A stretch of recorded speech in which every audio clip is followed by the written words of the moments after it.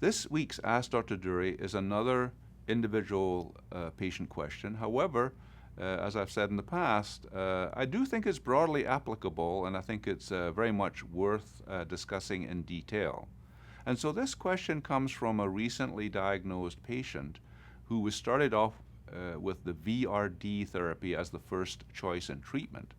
And a very alarming thing happened where after the initial month or so of therapy, testing showed that the IgG myeloma protein level had actually gone up rather than down, and everyone got really scared, and in fact the patient sought a second opinion, and rather than figure out exactly what was going on, it was decided to switch over and use the Kyprolis Revlimid dexamethasone regimen versus the VRD to try to guarantee an initial response. And so a very, very reasonable choice. But the question is, well, what was really going on here? And so the first aspect to this, which is very important broadly, is there was one lab test done which indicated that the IgG was a little bit higher versus having gone down. Well, the first thing to do in this situation, because that really is quite unexpected as you start treatment with a pretty potent regimen, the IgG 95% of the time would in fact be going down. And so was this an error? Was this possibly a lab error?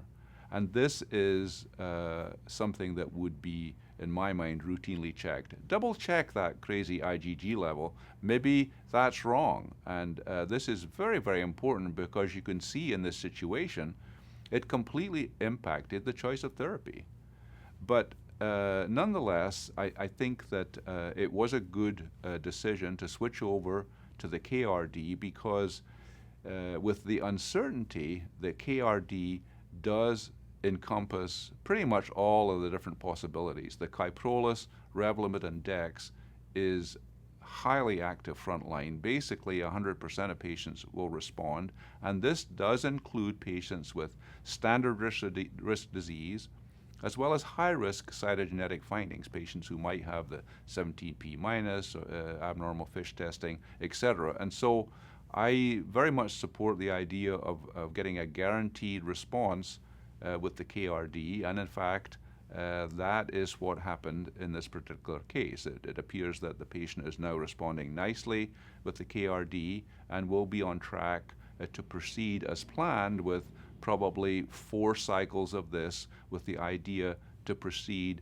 with an autologous stem cell transplant. And so kind of a crazy start to the therapy, but what are the implications of this? Well, I think it's important to get beyond this kind of scary episode. It probably has no major implications related to the overall picture of the myeloma. I suspect that the therapy will now be well tolerated and will produce a good result, and the overall outcome should not be in question. I think that in this case, and this is often the case where maybe one therapy doesn't work 100% as expected, but a slight variation in the therapy can produce an excellent result. And so this is something to keep in mind, that the therapies we have right now are very good, and they work about 95% of the time, 90% of the time in this newly diagnosed situation,